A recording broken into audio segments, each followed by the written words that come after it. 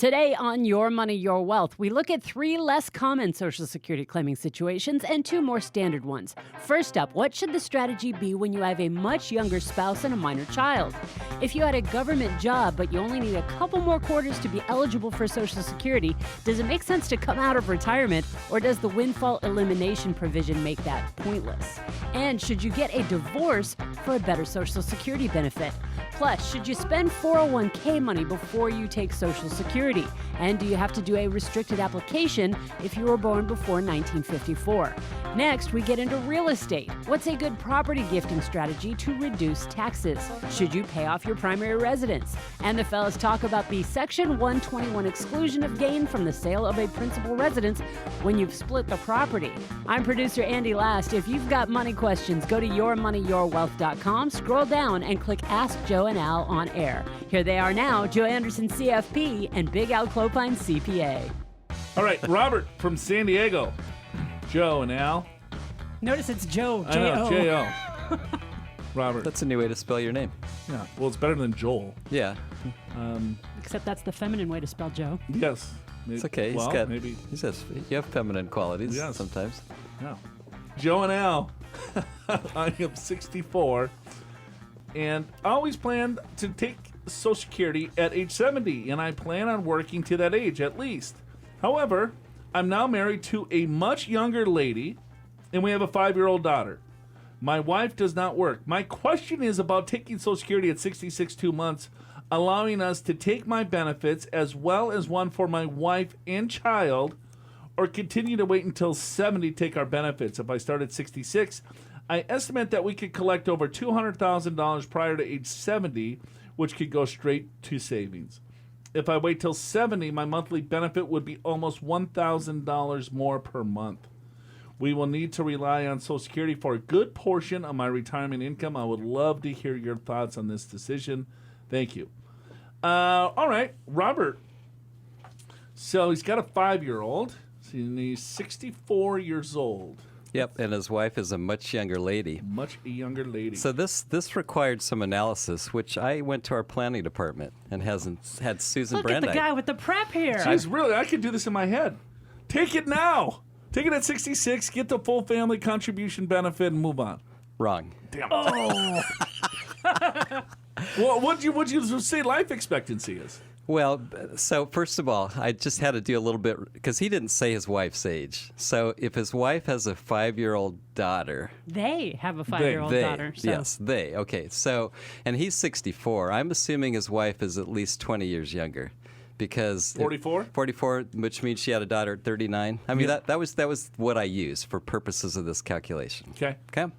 So then on the so you're saying her? So you're calculating her survivor benefit? That's why. Okay, that makes sense. So if she's Yeah. even younger than that, then does this continue to work? That you figured out? Well, because what he's doing is that, let's say if she's 20 years younger, he's going to claim his benefit at age 70. He's got a $1,000 higher benefit. So you calculate that. He's killing poor Robert off and having his young wife have the survivor benefit for many years to come. Right. So, but she still can't claim the survivor benefit until age 60. Did you calculate that? Well, I calculated when. Let's see. When did Robert die? Well, here. let me back up a second and explain, and then I'll answer all those questions. So, if he took it at full retirement age, 66 and 2 months, so because his child is 17 or younger, right? They get the children's benefit and a spousal benefit, and so it's a fair amount of money. And so we calculated, like he said, about $50,000 a year. So that's a couple $100,000 a year by the time you get to age 7, or not per year total, by the time you get to age 70. So then it's like, well, why shouldn't I do that? And the answer is you got to look at this in terms of break even. And usually when we talk about break-even analysis, it's around 80, 81. This break-even analysis is 87. right? So, and that would be when she is age 67, if my assumption is right, that she's 20 years younger. So but that's the break-even point. If she's age 67, and then he passes away at whatever age, it doesn't really matter. She gets the survivor benefit at that point. And if she lives till, we just ran this to her age 85, then, it's all gravy at that point, past his 87, past her 67, because it's a higher benefit, and then she's receiving the Social Security's survivor. not going to be there. That's what I was going to say. Not necessarily that it's not going to be there, but Take the 200,000, Robert. They're going to have like 75% of their benefit or something like that. 20, Isn't that- 35. But we'll see. They'll be reformed. They'll change. Yeah, they'll change Yeah. it. No, I would say wait. You're going to say wait. I say take it. I say take it. You say bird in the hand. Yes. Right. Invest it. Right. Did you run that? No, Yep. See. because they're going to spend it. That's why. No, that 200,000 you go straight to savings. Put that $200,000, put that in your overall retirement accounts. Let it compound. I think that's that. The break even's 87. Robert's 87, so he's got to live past age 87 for him to wait till 70 is going to be better on his life. But because she is so much younger. I understand, but that's his why. life break even's age His, 87. yeah, if he was right. Yeah, exactly. So, I don't know. Maybe she's going to leave him. Maybe. I guess you do have to consider worst case scenario, Right? but Well, then geez. maybe he does have a bigger benefit. Yeah, so I would say because of the survivor benefit, it works better for the couple. For the couple, but To for wait. Robert in his retirement, and for until his age 87, it's going to be better for him to take the family contribution. Yeah, if you just look at Robert. Yeah. Yes. So there you go, Robert. If you want to just kind of juice, skid your tires a little bit better. Got To it. take it Have a little now, more right? fun when you're younger. All right, Scott writes in. He goes, if I have first of all, Scott, a common way to start an email would be like, Dear Joe and Al. Yes. Love the show. Been binge watching all the YouTube. Andy's, she's so great. Versus, hey, just jump right. I mean, it's kind of rude. Well, plus the way he asked it, do you have it or not? Yeah, do you have it or not? What the hell is What do this you mean- all about, what do you mean, Scott? If I have a city government pension of $150,000 a year with no Social Security paid, oh, look at you. Life is tough, Scott. It's a pretty good gig. Yeah, right? He's got 38 Social Security quarters from prior work. Is it worth it for me to come out of retirement? Oh, he's coming out of retirement and work the other 2 quarters needed for Social Security benefits in light of the windfall elimination provision. Thank you. Scott, if you go back to work for 2 quarters, I'm guessing, I don't know what your Social Security statement is, but if you have a $150,000 government pension, I'm guessing you worked for the government for a pretty long time and you had a pretty high, well-paying job. And your Social Security quarters of 38 were maybe a long time ago.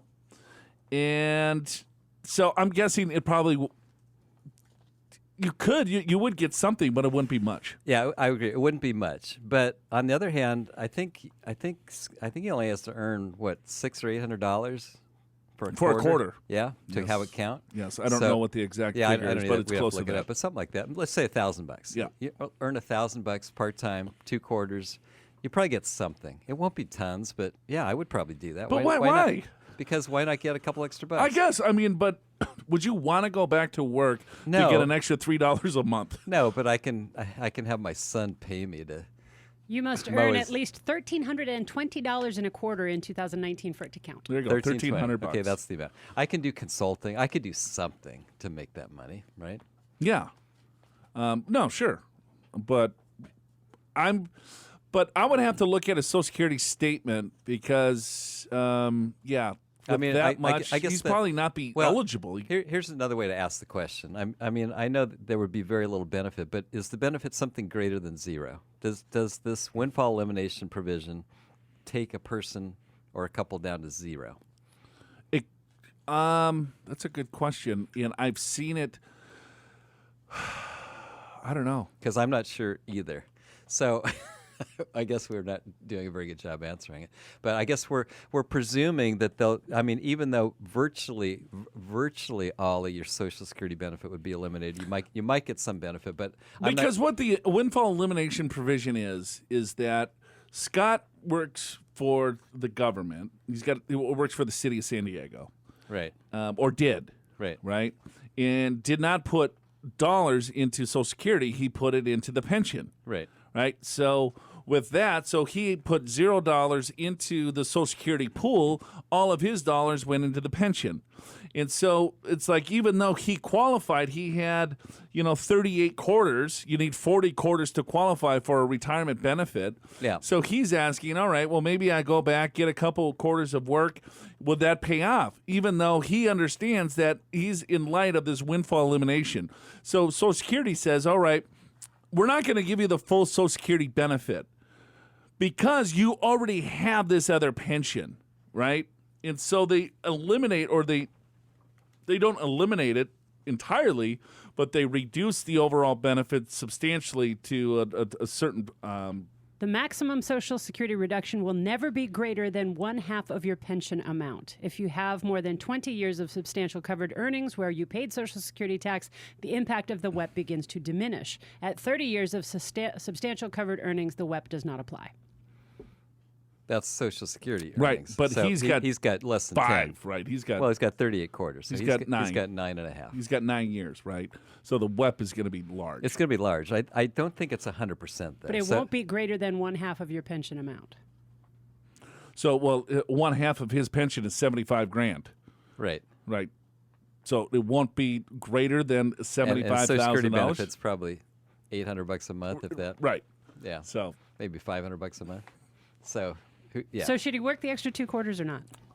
I wouldn't waste my time. You got a $150,000 pension. I would. I'd earn $1,300 a month and see what happens. That's what I do. I'd like. What if you had a rental property? You could pay yourself a little income from that. Well, that sounds getting a little gray there, Clopi. Or maybe your son has a rental property, and you go and do some maintenance, or you cut the grass, whatever. You can figure it out. All right. Okay. Michael from Oceanside. What happens to each of the individual Social Security benefits if they get divorced? Are either or both impacted? My wife has a huge health care issue that requires her to live elsewhere, and I don't know if it behooves us to get divorced. All right. So... no, if you get divorced, yes, I mean, here's what happens. So let's say I'm married, right? I have a lovely spouse, and I have a benefit, and she has a benefit. Right. So her benefit is $2,000 a month. My benefit is $2,000 a month. As a household, it's $4,000 a month. If you get divorced, right? She takes her $2,000. I take my $2,000. No biggie, right? You just lose because it's even. It's even. And by the way, we're talking about California community property law, and we're not attorneys. Thank you. Now, let's say if you get divorced prior to you claiming your benefit, because that maybe kind of sounds like what he's asking, maybe. Or if it's uneven benefits, one spouse gets $2,000, one gets $1,000. But still, let's say if they're claiming, right? Well, let's say I get $1,000, she gets $2,000. We get divorced. I still get my $1,000. She gets her $2,000, and then we go to court, and then you look at, hey, well, I'm making less. She probably has to pay you alimony. I need to whatever, even it out. Right. If that's your only income. So, but I think when you look at, all right, well, if I get divorced, what does this all mean? So if she's got a huge health benefit, I wonder if he's saying, hey, if I health get issue. Doesn't say health benefit. Issue, yeah. The opposite of benefit. Yeah. She's got So she's got a health issue. I've seen this before, too. It's like, okay, well, here, I'm just going to divorce my ailing spouse. Right. So they can qualify for federal aid, right?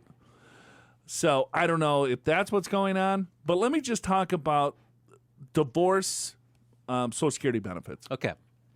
The spousal benefit is this. So if you're married, you can claim your benefit or your spouse's, or half of your spouse's, whichever's larger. So if, let's say, I never had a benefit, I was a stay-at-home dad, my wife's benefit is $2,000, my benefit, my spousal benefit would be $1,000. Okay? Yep. Everyone get... Yes. So let's say if I get a divorce, as long as I was married to that individual for 10 years, I could still claim the spousal benefit on a divorced spouse. Yes, that's true. It does not reduce my divorced spouse's benefit. Sometimes people want that to happen, or they're claiming on my benefit. Yeah, I can't believe that. They're not allowed to. They didn't can't ask claim me. it. Yeah, I'm going to talk to my attorney. They can. Yes, no. It's just a factor that they're using. So your benefit's $2,000. Your ex-spouse can then claim the spousal benefit as long as they were married for 10 years. So if that's the case, then all right, well, you were married for 10 years. Now you're divorced. That spouse can still claim a spousal benefit as long as it qualifies. As well as a survivor, right? And then a survivor benefit, yes, you can still claim the survivor benefit as well. So I don't know what really more I want to say about it. Yeah, I think that was pretty clear. I mean, there's a couple caveats there, because you said if my wife's benefits at $2,000, then I can get a benefit of $1,000, but my wife needs to be claiming, first of all, which in that example, but then I'd have to be at least full retirement age to get that full $1,000, right? And if she's getting $2,000 at age 70, she would have got a lower amount at full retirement age, 66. So there's a little more math to it, but that's the principle. Whether your situation is completely stock standard or more unusual like the ones we just heard, claiming Social Security is one of the most important decisions you'll make for retirement. The Social Security Handbook walks you through everything you need to know. Who's eligible, how benefits are calculated, the difference between collecting early and late, working while taking Social Security, the rules around spousal, survivor, and divorced benefits, and the all-important taxation of your Social Security benefits. Click the link in the description of this episode in your podcast app to visit the show notes and download the Social Security Handbook. Yours free from Joe and Big Al and Your Money, Your Wealth. Now, Joe's out for just a few minutes, but we're bringing in Brian Perry, CFP, CFA, Pure Financial Advisors Director of Research, to help Big Al answer a couple more Social Security questions. Let's see how he does. This next one comes from TW. I need a simple method, haha, for deciding whether to take the 401k money first, like at 62 or 65, or take Social Security first, say 65, and the 401k later at 70. It seems complicated for me to assess. I'd like a discussion of all the factors to consider. Wow. Okay, that's a pretty open-ended question, but a good one, because a lot of folks are, I think a lot of people, the majority of people, actually start taking their benefits just as soon as they can, which is age 62, and that's not necessarily the right answer, because the way it works currently is full retirement age is age 66. And let's just say at that age you get $2,000 a month in benefits. And so if you take it at 62, it's a 25% discount. So it's $1,500. If you wait till age 70, then it's a 32 increase. So it would be 2,600. 50, 70, something like that. I should have done the math. 2670 or so. Yeah, before yeah. Anyway, so it's really a difference between, we'll call it 2,600 plus to 1,500, right? And so that's always a discussion as to when you should take it and how you should consider it. So a couple things, and you can add it as we go, Brian, is first of all, if you need the money for Social Security, take it. I mean, that's the easiest thing to answer. If you can postpone retiring so you still have income, then that helps you because your Social Security benefit will be higher.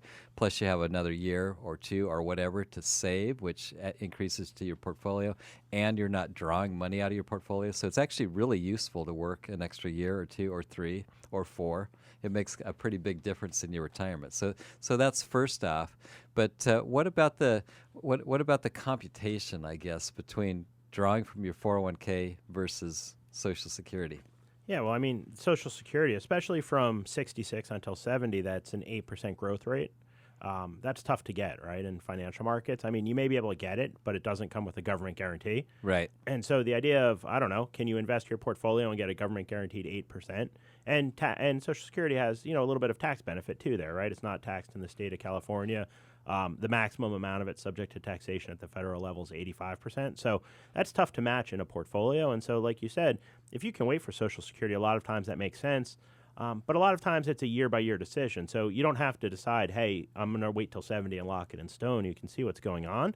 If your portfolio falls in value, if we're in a bear market, well, maybe at that point you turn on Social Security at 67.5 or something like that if you need to. Yeah, so then you don't have to draw from your portfolio when it's down. So that can be a way to go. And I think when you just do the straight math, if you can, the longer you can wait, if you can pull money from your 401k or your non-retirement accounts and let your Social Security grow, that's usually a good thing to do. Although I will say there are break-even points if you're just looking at this in terms of raw numbers. And the break-even point is usually somewhere around 80 years of age. So that would be another consideration, is if you believe you have impaired life expectancy, you might want to draw those benefits earlier, particularly if you're single. Now, if you're married, it's a little bit different because you actually want to look at the life expectancy of both of you, the two of you. Like, let's say I've got impaired life expectancy, but my wife is going to live forever. I might want to wait on my benefit so that when I pass, she would get a higher benefit with the survivor benefit. So you got to look at both ages. When you're single, you might look more just towards your own. Yeah, and that's an important consideration, right? Is we're assuming that somebody's going to live a full life, but if you're going to not live as long, you want to maximize your benefits. The other thing is you could get creative with it too. It is possible to take Social Security and then freeze the benefit and let it continue to grow again. So I mean, I don't know, just imagine a scenario where stocks are down sharply. It's 2008 or something like that. You don't want to draw your portfolio, so you start Social Security, and now a few years later your portfolio's recovered. Maybe you freeze Social Security, let it continue to grow, and then draw down your portfolio at that point. So there's quite a bit of flexibility. There's quite a bit of flexibility. But I would say the math generally works out better to take from your 401k and delay your Social Security, but there are a lot of other factors to consider. Agreed. And, unfortunately, it'd be nice if there was, a simple way to kind of figure this out and discuss all the factors in a simple way, but it's just not like that, right? I mean, retirement planning is not simple and straightforward. A lot of times there's a lot of variables. Well, and Al mentioned the fact that he's, if he has a shortened lifespan and his wife is going to live forever. I mean, that changes things significantly. It does. And if my benefit's higher, then I need to hang on as long as I can. Well, and if she's going to live forever, invest all in stocks, because at that point she's an endowment. That's right. That's exactly right. This one is from Bob from Delaware. He says, I have a question regarding the restricted application Social Security strategy, which appeared January of 2019. My wife was born in 1953. I was born in 1950 and began collecting at age 66. My wife will turn 66 in November and would like to claim a spousal benefit and a restricted application to boost her benefit. Social Security informed us a surviving spouse will only be eligible for the primary benefit and not the boosted benefit claimed at 70. Can you offer any clarification? You seem to indicate the surviving spouse would receive the higher benefit. Good question. We have a couple different things going on. There's a spousal benefit and there's a survivor benefit, and they're different rules. And the spousal benefit, I guess, big picture, the big picture rule is that you can either take your own benefit, or you can take half of your spouse's full retirement benefit, which right now is age 66, whichever is higher. But there's these deeming rules, and it gets super complicated. Talk about mud, clear as right. mud. I don't really want to get into that right now, because that's actually not even relevant to this question, because Bob's spouse was born in 1953, which is before 1954, right, which is when this date changed. Yeah. So the answer is that, Bob, your wife can, at age 66, go ahead and claim the spousal benefit, which is half of your benefit at 66, and then continue to have her benefit grow till age 70, and then switch to that benefit if that's a higher benefit, obviously, at that point. That's still available if in a couple cases. One is if the person getting the spousal benefit was born before 1954, and if your other spouse is already collecting benefits. Those two things have to be going on, which is true in this case. Yep. So that can work pretty well. But Brian, what do you think about her question, or Bob's question, I should say, about Social Security informed us a surviving spouse would only be eligible for the primary benefit, not boosted benefit claimed at 70? Well, I'm going to be honest. I can't believe that with you in the room, you're asking me Social Security questions. Just trying to draw you in. See if you know the answer. See if I need to This coach is a you. test. Hot seat, Brian Perry. What was the question again? I knew you'd say that. The question is surviving spouse. So we talked about a spousal benefit, which, by the way, that's what happens when your spouse is alive. But when your spouse passes away, and now it's a survivor benefit. Do you get the survivor benefit at age 66 or 70, or how does that work? It depends. So if your spouse is not yet 60 when they pass, or not yet up to Social Security eligibility when they pass, you can, at age 60, claim your spouse's survivor benefit. It will be reduced based on a reduction for your not being full retirement age, but you can get it at that point. If your spouse passes away after Social Security eligibility, you get their award as of the age they were when they either A, took Social Security, or B, when they died. And that's one of the reasons that with a lot of couples, if one of the spouses has a much higher Social Security award, maybe they worked more outside of the home or made more money, a lot of times the longer that they wait to take Social Security, the better off, because you can then get a higher award. So in those instances, waiting till 70 a lot of times can make a whole heck of a lot of sense for the higher earning spouse. Yeah, and I might add one thing. In terms of the rule of receiving the benefit, so at age 66, that's the full retirement age. That's really like if your spouse dies before that age, then when you start collecting at age 60, it's based upon your spouse's full retirement age, but there's a discounted amount because you're collecting early. But in terms of the benefit, like for example, I think Bob's is essentially asking if his wife gets her benefit at age 70, then if she passes away, does he get that benefit or full retirement age for her? And the answer is he gets the 70-year-old benefit. And then there's all kinds of different rules. What if the spouse passes between 66 and 70? Then it's what they would, and they're not receiving benefits. It's what they would have received on that day had they started, that they passed away. So that, boy, there's a lot to Social Security. It really is clear as mud. Yeah. Click the link in the description of today's episode in your podcast app, or visit the podcast show notes at yourmoneyyourwealth.com to read the transcript of this show. Listen to our previous discussions about Social Security benefits with the goddess of Social Security, Mary Beth Franklin, and to access other free Social Security resources like 6 critical Social Security facts that retirees must know and Social Security changes in 2019. Up next, 3 questions about real estate and taxes. Now, we are getting a lot of questions about taxes as we approach the end of the year, so I've included a link to the 2019 tax planning guide in the show notes at yourmoneyyourwealth.com as well. While you're there, click Ask Joe and Al on air to send in your money questions, compliments, complaints, or stories, and Joe and Big Al will talk about you right here on YMYW. We have Greg calling in or writing in from Temecula. Oh, wine country here. Yeah. Hi, guys. I'm living in beautiful Temecula, California. Okay. My mother-in-law, she has $1.7 million in retirement. Her RMD is about $70,000 a year. She collects rents of $12,000 a month from a business property in a B trust.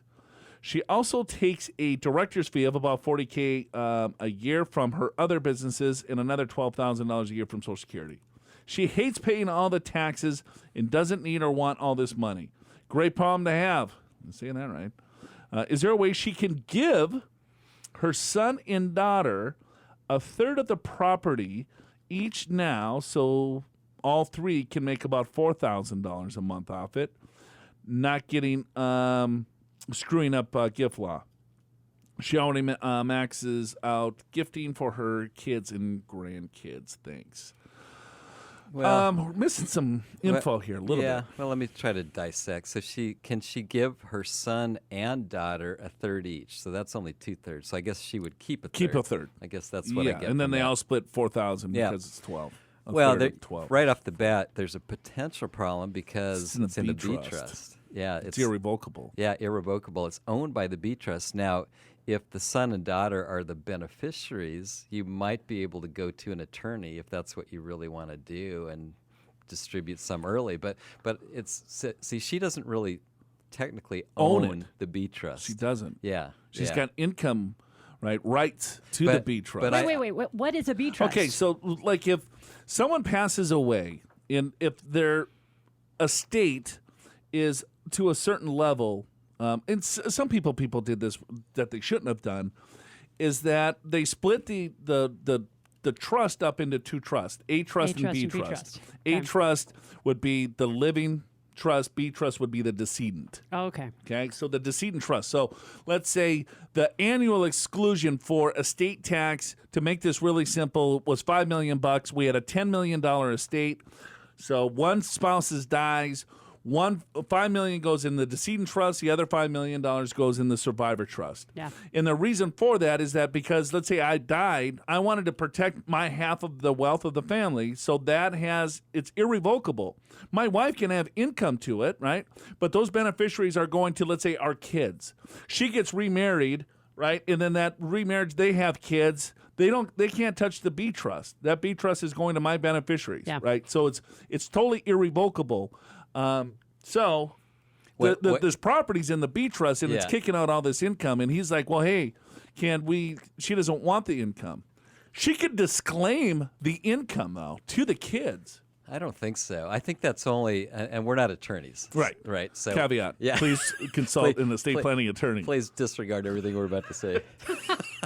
I think the disclaiming part happens at the trust or the will level.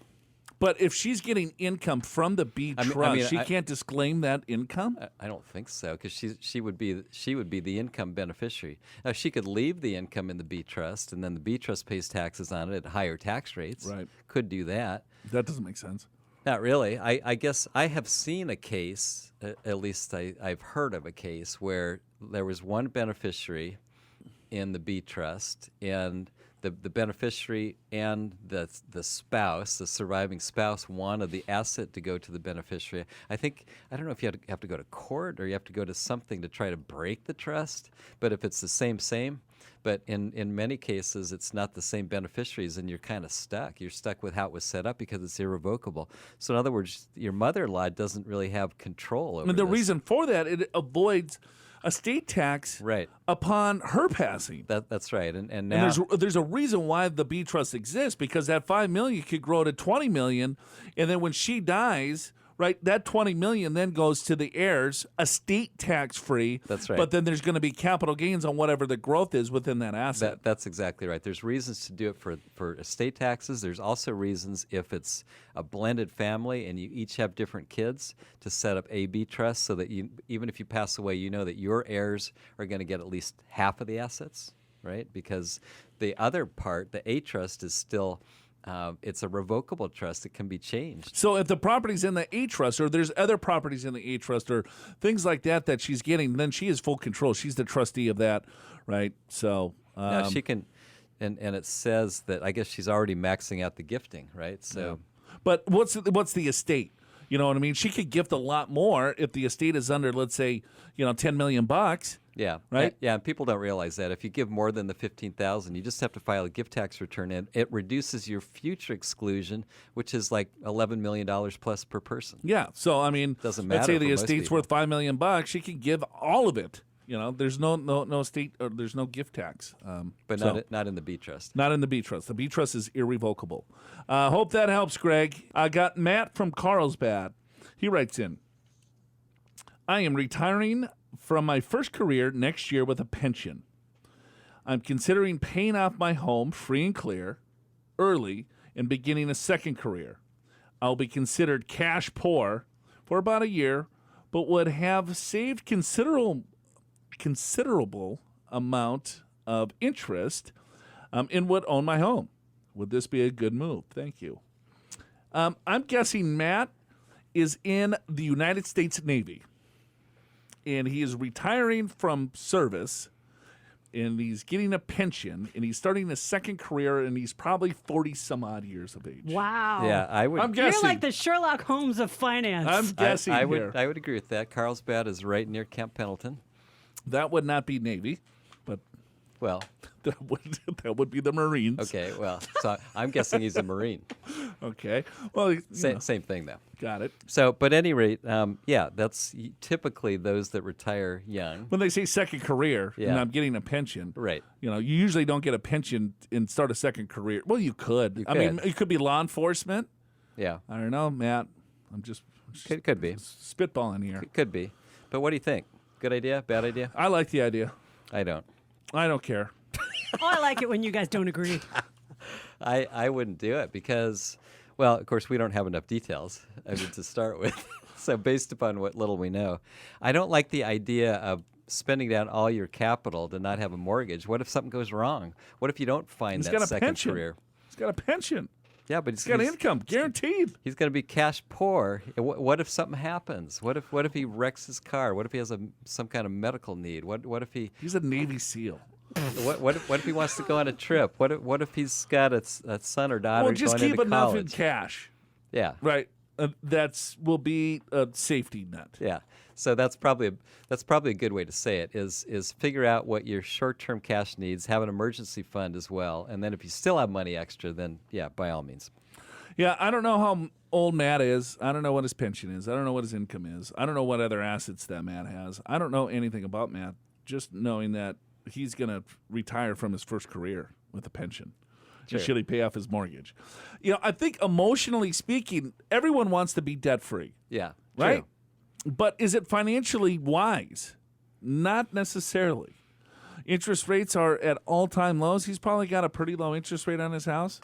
Could be 3 or 4%. I don't know the likelihood if we see those low rates.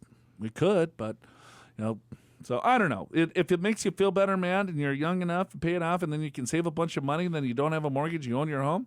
I like the idea, Yeah, but you have to save the hell out of the your paycheck coming in, because now you're double dipping, right? You got the pension, and then you're going to have an income. So your pension, 100% of that, save it. Yeah, so the answer, to me, it depends on whether your short-term needs and emergency needs are met. You're a big emergency fund guy. I am. lately. That's important stuff, Joe. Yeah, I Do am. you That is have an emergency fund? So boring. I am big on It's that. boring. It's- I tell you, it would be real exciting if you have an emergency Make sure that you have an emergency and you don't have fund. one. Yeah, I used to be a big proponent of being invested at all times, and then the Great Recession hit, and then I changed my mind. Because you got burned. Huh? I got burned a little bit on my real yes, estate. You Joe learned. wants to live dangerously. No, I have a cash reserve. Of course I do. Okay. $1,000, Yeah. like Dave Ramsey recommends. Yeah. No, it's I don't know. It's at least 12 months of my double. of 12 months. expenses. 12 months expenses. Oh, well, that's what, 12,000. Dennis from Coronado, California. Dennis. Yeah, we know you, Dennis. Yes, we do know you, Denny. Andy, I have another tax question for YMYW. Assuming Section 121, 121?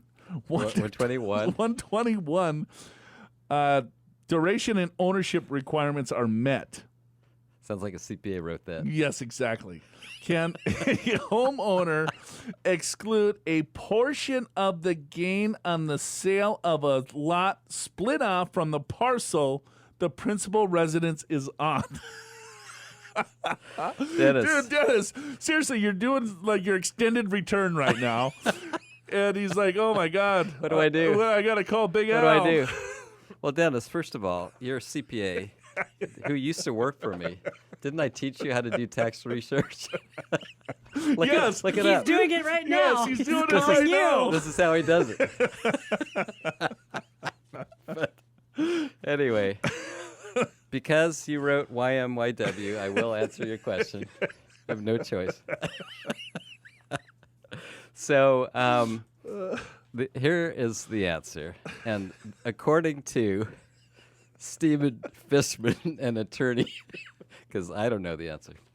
So, but anyway, this seems to be pretty much on point. So what he said is yes, you can split your lot, and you can. So let's back this up for our listeners. All right, I suppose we should translate it. Yes. Okay. So assuming Section 121 duration and ownership requirements are met. So that's a primary residence. So you got to live in your house 2 out of the last 5 years And own it. and own it. Yeah, 2 out of the last 5 years. So Yeah. that's what we translated half of it so far. So with that, you can exclude up to $250,000 of gain if you are single, $500,000 if you are married. Okay? So now the question goes on. Can a homeowner exclude a portion of the gain on the sale of a lot split off from the parcel the principal residence is on? So is he saying if he's got like a 1 acre lot and the house is on it, can he split it in half and? yeah, he's saying he probably did split it in half, and now he's trying to figure out, and he probably sold the lot, And he got audited. and he still has the home, right? Right.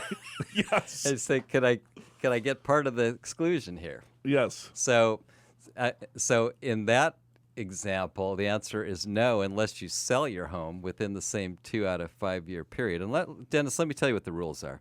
So here's where you can do it. So, and this is an example written by this attorney, which I assume is right. I don't know that for sure. But at any rate, it says if you own a vacant lot surrounding your home, which would be a lot split that you sell separately from the home itself, it can qualify for the exclusion if you answer yes to all of these things. The vacant land is adjacent to the land containing your home, which probably it is. The sale occurs within 2 years before or 2 years after the date of the sale of your residence. So here's where, if you're going to sell your residence, yeah, this works. If you're not going to sell your residence, forget about it.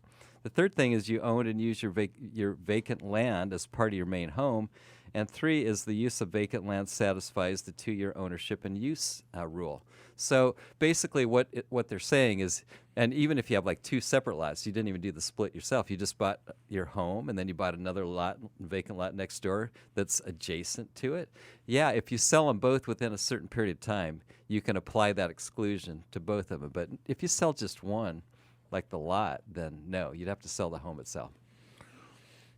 Hopefully that helps, Dennis. Yeah, and hopefully, actually, more importantly, hopefully Stephen Fishman, attorney at law, Is right. is right on the article that I found. Because this kind of stuff, I will say, is very hard Right. to find in the tax code. Yeah. It's gray as all get out. That's Yeah. why he contacts you, because he knows that you are the man. But I typed in lot split, section 121 exclusion. It's the first thing that came up. Dennis, you can do that. I know you can. Okay. So what if a house were to be built on the split off lot and sold? So Dennis, he was talking about a section 121 exclusion, right? So that means that if you lived in your house 2 out of the last 5 years, you can exclude $250,000 of gain if you're single, $500,000 if you're married. And he was curious, can a homeowner exclude a portion of the gain on a sale of a lot split from a parcel? So he's trying to do some game the system. creative tax strategy here. Yeah, he's trying to get the exclusion on both Parcel lots, and- yes. parcel A and B after the split. We answered that question by saying if the lots were contiguous, then the answer would appear to be yes, as long as you'd lived and owned 2 out of the last 5 years after you've sold. Contiguous. Yeah. That's You like that awesome. word? Yeah, the first time I've ever heard it. Touching. You want me to dumb it down a little bit?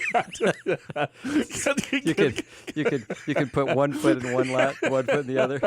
That's contiguous. Thank you. Does that work? Yes, for you? that works out perfectly. Good. It's like contiguous. What Yeah, the- right. So it's like, 4 corners. Yes, I You ever got done it. that? You can be You in put- 4 states at one Yes. time. Yeah, 4 states in one Awesome. time. Yep. Two hands and 2 feet. Yep. And you take your picture, and everyone looks like a tarantula. That picture. It's that. Okay. That's adjacent. Thank you. Thank you. Contiguous. Okay, Dennis. So So what if a house So- were so to now- be built on So the now other? you subdivide it first, and I told you it was contiguous, so you could do it. Now, what if you build a home on that lot and sell it? So I guess theoretically, you could then take a partial exclusion for the part of that property allocated towards the lot. I think so. But you know what? This is now getting, you probably want some real honest to goodness tax research as opposed to two yahoos on the radio. Yes. I mean, you're getting into some deep legal stuff here, Dennis. Here, you know what? I'm just going to write into Big Al. By the way, And he can say big words. he used to work for me. Yes, I And know. Apparently, I didn't train him well enough to do his own research. All right. Thank you, Andy. Great job, Al. I'm Joe. We'll see you next week. Show's Counting Your Money Well. Listener gifts and letters, crying at movies, and winery concerts are in the derails at the end of this episode if you're into that sort of thing. Click Ask Joe and Al on air at yourmoneyyourwealth.com to send in your questions, comments, complaints, compliments, and stories. And the fellas will do their best to give you answers that are clearer than mud. And who knows, you could kick off a giant derail too. Your Money, Your Wealth is presented by Pure Financial Advisors. Sit down for a free 2-meeting financial assessment with a certified financial planner from Pure, either in person or via web meeting, simply by clicking the free assessment button at yourmoneyyourwealth.com. Pure Financial Advisors is a registered investment advisor. This show does not intend to provide personalized investment advice through this broadcast and does not represent that the securities or services discussed are suitable for any investor. Investors are advised not to rely on any information contained in the broadcast in the process of making a full and informed investment decision. My name is Joe Anderson. I am a certified financial planner. Why are you reading this? I'm not. I just heard a podcast that's exactly how it sounded. Oh boy, those are rough when you hear stuff like Oh that. my God. It's like, come on. Let's get some personality. Jeez. Just talk. Right. Just be normal. Even though if you... But some people probably talk like that. Come on. Could you imagine? Hello, Alan. We got a couple people at Pure that are a little bit monotone. Yeah, I suppose we do. We got Michael from Oceanside. He writes in this week. What was the guy from Oceanside that would call into our radio show every week? John, I think. No, that was That was John Coronado. from Coronado. Coronado. But who was the guy from... I know who you mean. Remember? I don't remember his name, though. And then, God, we had Bondman Phil on, and he was talking about, like, inverted yield curve. Oh, was and that the guy... You and I were... Was that the guy that gave us the gifts? Oh, no, that's someone else. That's the guy that came... Remember the guy that came in the office and kept giving us gifts? Oh, no, that's... That's another guy. Yeah, that's my buddy. Got some good stuff, right? Yeah. Strangest stuff in the world. Yeah. He would mail me articles. Yeah. Yeah, I think you ought to use this on the radio. Yep. It was something written some art. 25 years ago. Yeah, Slapshot Joe and Big Al. He had an interesting sense of humor. Yeah, good guy. Yeah. Anyway, Michael from Oceanside. What happens to each... what about that sweet lady that sent us the... we should read her letter. We should. You know what? I'll bring that next week. Yeah, she dug up... She gave us some old mason jars. Some mason jars. And she said that this was like a really big treasure for her, and she was giving it to us because of the treasure that we provided her of giving advice and making her financially secure. We basically were so overwhelmed, we sort of Yes. didn't know how to react. But, we you're did. right. We need to read that letter. Yes. Next week.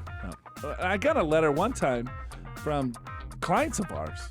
They were like, they were watching they were big fans of our TV show. They were watching the TV show, and they're like, yeah, well, the tube went out in our TV, so we listened to it every Sunday morning. Wow. Oh, boy. It's that good. Huh? It's that good. You can just sit right next to the TV and listen. What are you watching, Dad? Watching Your Money, Your Wealth, son. I can't see anything. Oh, you don't need to see it. You just got to listen. It's good. Billy, write this down. Oh, my gosh. That was a classic. I think I'm still on Billy's email list. Oh, boy. So you don't know what we're talking about. I have no idea. We have this. I'm still thinking about the mason jars and wondering if you're going to use them to make moonshine or what your plan No, is. because they were dug out of an old cellar and they're Okay. a little rusty. A But little they're bit. antiques. Yeah, it's good. They're good for antiques. Yeah, I mean, you good kinda put for them you. Got it. Okay. He has them in his office. Yeah, they're on my shelf. Nice. I'll come Yeah. back. Yeah. All right. So, you been to Temecula lately, bud? Yes, I went to a concert there.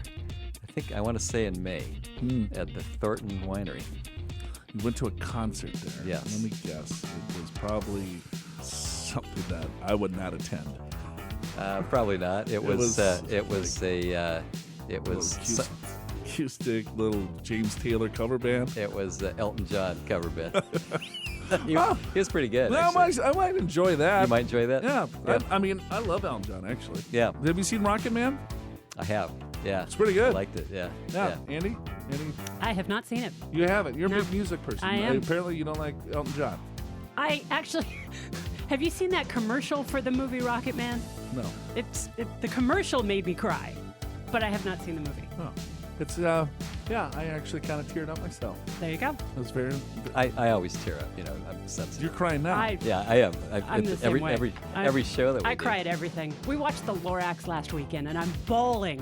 What the hell is the Lorax? It's Dr. Seuss. Oh, I have no idea. Dr. Seuss story about the death of the trees. Oh. Yeah, and I'm just. Oh, You're yeah. crying. Yeah, just thinking about it now makes me a little upset. Even my kids, they give me grief over it. Although my oldest son, Rob, he goes, "Gosh, I wish I could get into it as much as you do, Dad." I'm just sitting there bawling. Someone lost their bicycle. Yeah. Have you ever seen Saw? Oh, Saw it. No. Yeah, I cry. I have not seen it, and the movies guy- that I saw when I was when like he cut 10 his- still give me nightmares. So When he cut his leg off. Oh, stop. I felt bad for the guy. Stop. I had to cry. Cried over that one. Yeah, All I right. did. Very cool. Okay, all right. Let's get back to Greg from Temecula. All right.